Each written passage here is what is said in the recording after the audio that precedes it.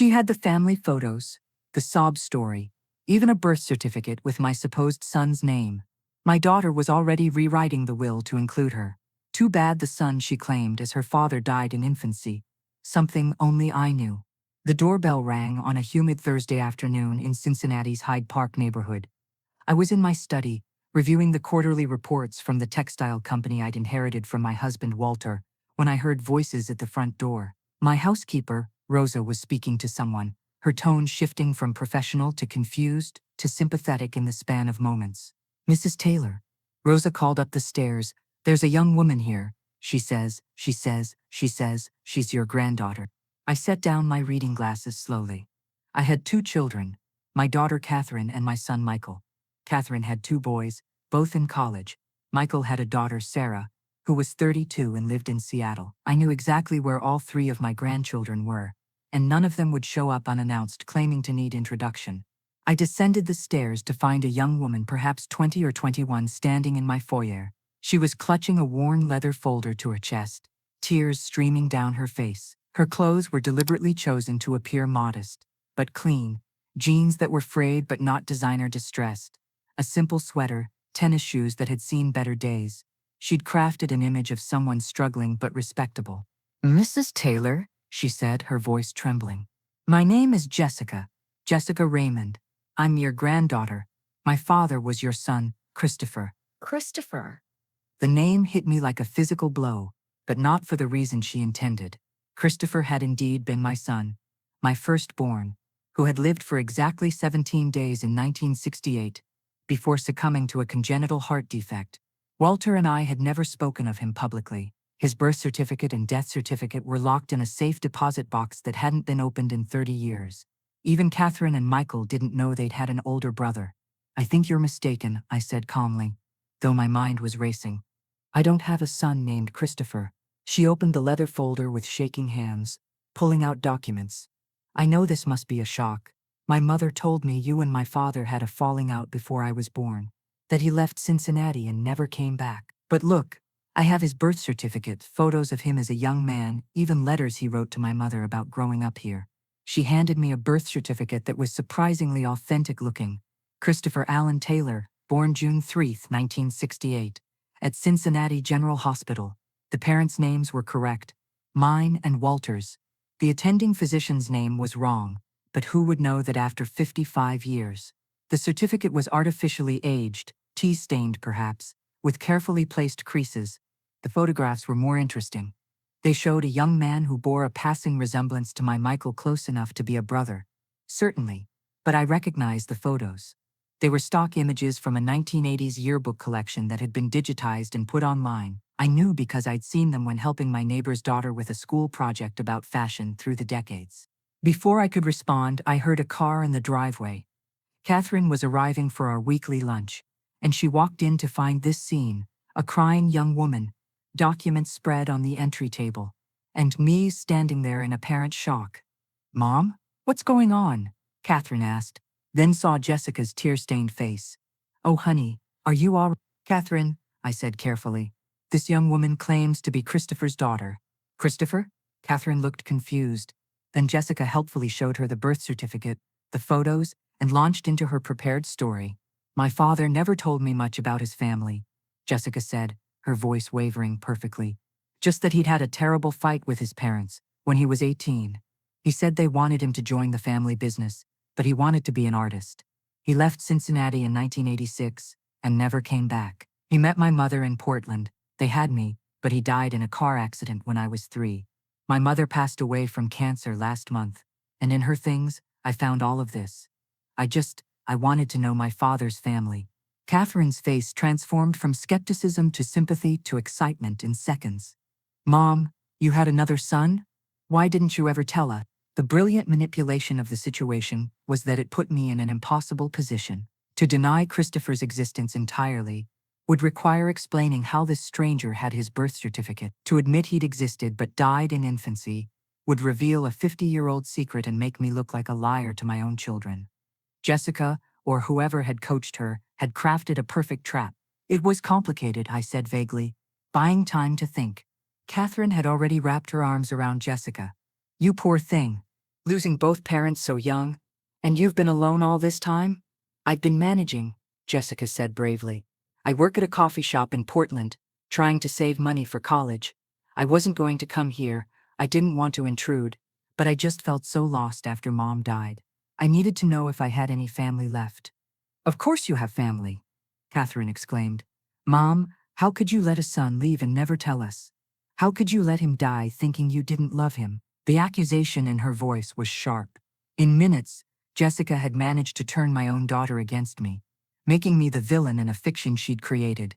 That evening, after Jessica had been installed in our guest room at Catherine's insistence, I locked myself in my study and began my research. The birth certificate she'd shown was expert work, but not perfect. The hospital stamp was wrong.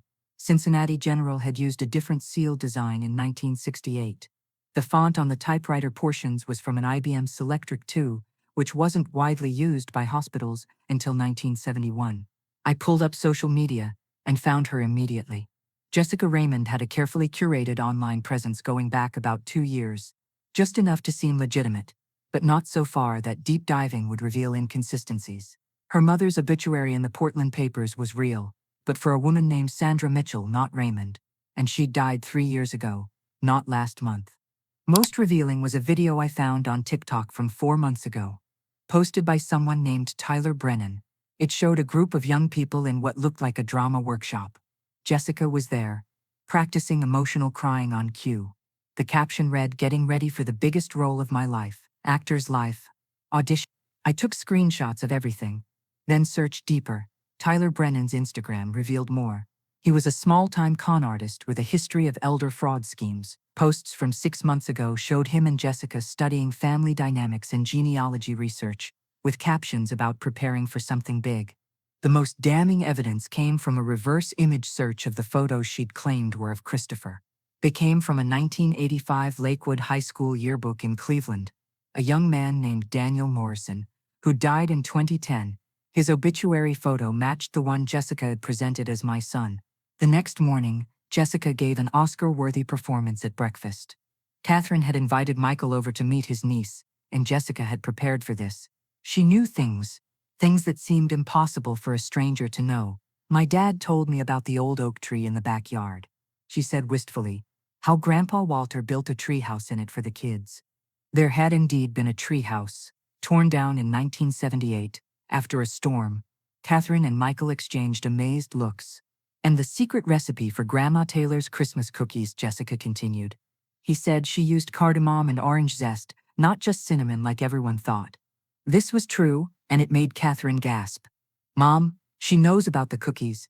But I knew how she knew. 3 years ago, Catherine had posted about those cookies on Facebook, specifically mentioning the secret ingredients she'd learned from me. Jessica had done her homework thoroughly. Tell us more about Christopher, Michael urged. What was he like? Jessica painted a picture of a sensitive artist, a young man who loved poetry and painting, who felt stifled by the expectations of a business-oriented family. She spoke of his love for jazz music, his dreams of attending art school, his heartbreak at leaving Cincinnati.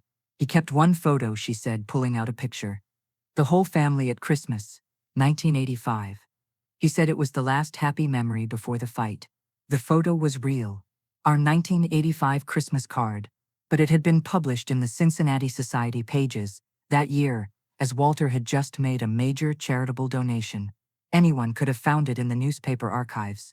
Catherine was completely taken in. Mom, we need to make this right. Jessica is family. She deserves to know her heritage, to be included in everything, including the will, Michael added, though he seemed less convinced than his sister. If Christopher had lived, he would have inherited equally with us. His daughter should receive his portion. That's not necessary, Jessica protested with perfect timing. I didn't come here for money, I just wanted to know my family. Nonsense, Catherine said firmly. You're a tailor. You deserve your birthright. I watched this unfold with a mixture of admiration for Jessica's skill and frustration at my children's gullibility. Catherine was already on her phone, texting our family lawyer about updating estate documents. That afternoon, while Jessica was out with Catherine touring the city where her father grew up, I made my preparations. I called my lawyer, Harold Finch, and explained the situation. Harold, I need you to pull the original sealed records from 1968. The ones in the safety deposit box at Fifth Third Bank. And I need you to contact Dr. Patricia Reeves at Cincinnati Children's Hospital. She's the head of their genetics department. Taylor, what's going on? Harold asked. Someone is attempting to defraud my family by impersonating a granddaughter. I need concrete proof before I confront them. Can you also run a complete background check on Jessica Raymond and Tyler Brennan? While Harold worked on that, I called my own doctor and arranged for something else. A rush DNA test. I'd taken Jessica's coffee cup from breakfast, along with hair from her brush in the guest room. It would take 24 hours for results, but I wanted scientific proof to go with the documentary evidence.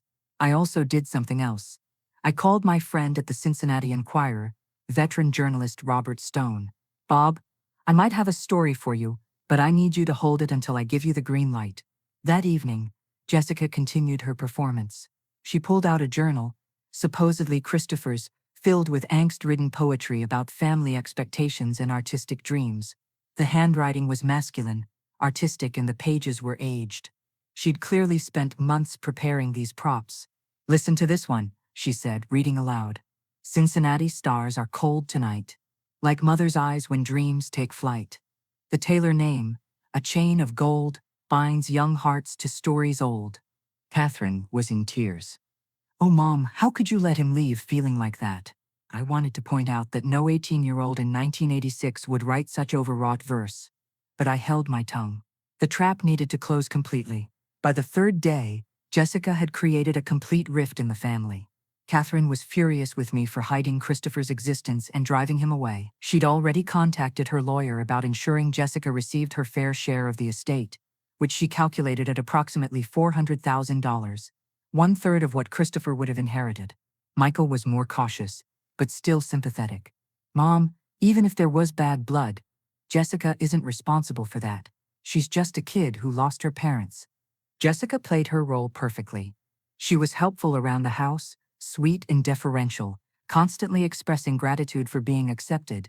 She told stories about growing up poor but proud, about her mother's struggles as a single parent, about working multiple jobs to save for college. I always wondered why we didn't have any family to help us, she said sadly.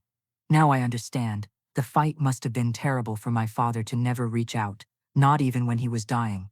She'd even produced medical records of Christopher's death, a car accident in Portland in 2002. The records were forged, but impressive. Someone had done their homework on Oregon death certificate formats from that era. Catherine had already started introducing Jessica to friends as her niece. She'd bought her new clothes, enrolled her in the country club as a family member, and was planning a proper welcome to the family party for the weekend. We have 19 years to make up for, Catherine said. All those birthdays, Christmases, graduations we missed. I watched my daughter's genuine emotion and felt a cold anger at the people manipulating her. Catherine had always had a big heart, and they were exploiting it expertly. But I also noticed small things Jessica couldn't hide. The way she cataloged items in the house with her eyes, assessing value, how she casually asked about family heirlooms, investment properties, the business. She was particularly interested in my jewelry, admiring pieces, and asking about their history. That brooch is stunning, she said about a diamond piece Walter had given me for our 25th anniversary. Did Christopher ever see it? He would have loved to paint it. The Christopher she'd invented was conveniently interested in everything valuable. On Friday morning, I received the DNA results. As expected, Jessica Raymond shared no genetic material with our family. Harold had also completed his investigation. Jessica Raymond was actually Jessica Miller, a 22-year-old actress and con artist from Columbus. She and Tyler Brennan had run similar scams in Louisville and Indianapolis, though never this elaborate. Dr. Reeves had provided something even more valuable: the original medical records from Christopher's birth and death in 1968, still sealed in hospital archives. The records included footprints, blood type, and the genetic markers available from testing in that era. They also included something Jessica couldn't have known. Christopher had been born with a rare congenital condition that would have made it impossible for him to father children even if he had lived. I had everything I needed, but I let the welcome party proceed as planned. Catherine had invited 50 people to the country club for Saturday afternoon. She'd had a cake made that said "Welcome home, Jessica," and had prepared a speech about family reconciliation and second chances.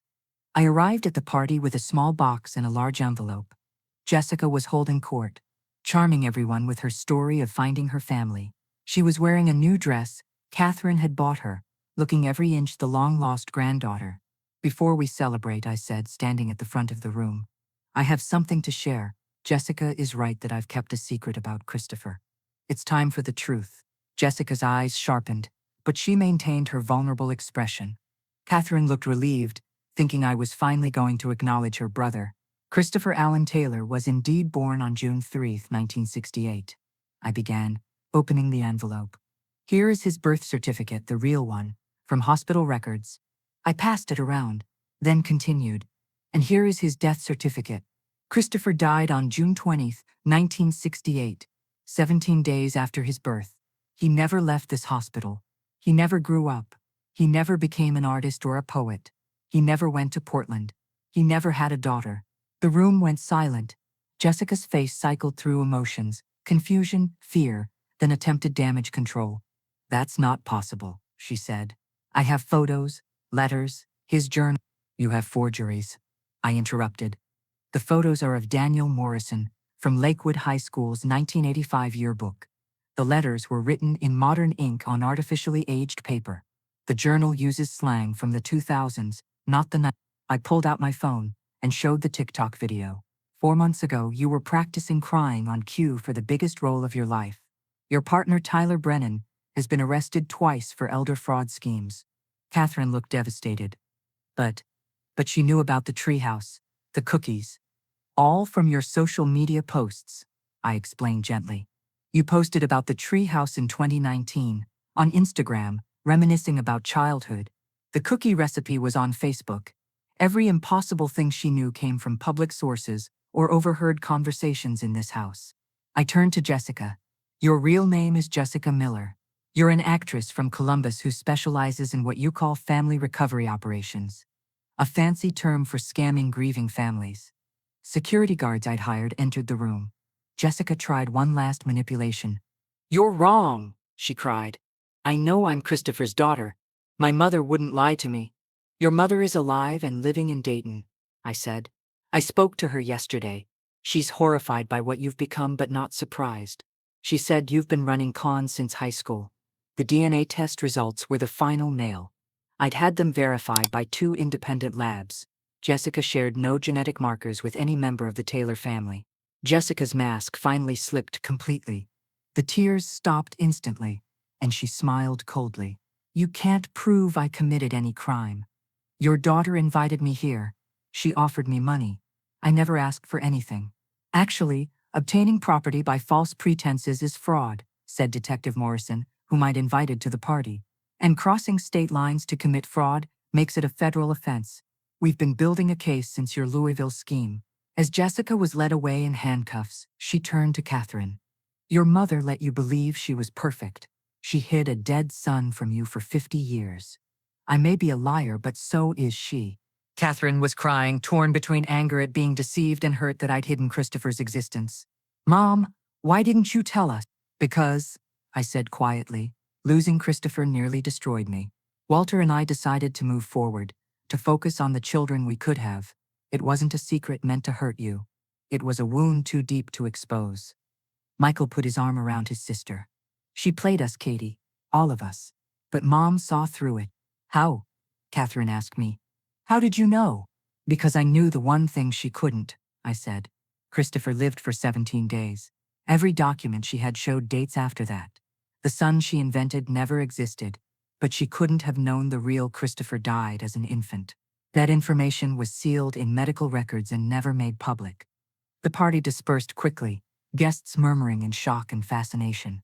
Catherine hugged me tightly, apologizing for doubting me, for being so quick to believe a stranger over her own mother. Later that evening, as we sat in my study, I showed Catherine and Michael the real documents from Christopher's brief life. The hospital photos of a tiny baby with tubes and wires, fighting a battle he couldn't win.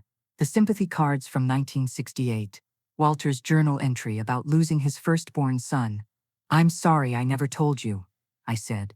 "But I'm not sorry for protecting our family from someone who would use our grief as a weapon." The scandal made the Cincinnati papers, with Bob Stone writing a detailed exposé about Jessica Miller and Tyler Brennan's multi-state fraud ring. They'd targeted 7 families over 2 years, stealing nearly $300,000 by pretending to be long-lost relatives. Our case broke the ring wide open.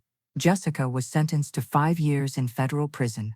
During her sentencing, she showed no remorse, calling her victims stupid rich people who deserved it. The judge disagreed, noting the particular cruelty of exploiting family bonds and grief. Catherine learned a valuable lesson about trust and verification. She also learned that her mother, at 81 years old, was far sharper than she'd given me credit for. The family grew closer through the ordeal, united by the attempt to divide us. As for Christopher, we finally held a proper memorial for him. 55 years late, we planted a tree in the cemetery where he was buried. A small marker that read Christopher Allen Taylor, June 3. Jessica had tried to resurrect him for profit. Instead, she'd given us the chance to properly mourn him at last. In the strangest way, her lie had led us to a truth we'd needed to face. She had the family photos, the sob story, even a birth certificate with my supposed son's name. My daughter was already rewriting the will to include her. Too bad the son she claimed as her father died in infancy. Something only I knew. Sometimes the deepest family secrets become the strongest shields against those who would exploit our love.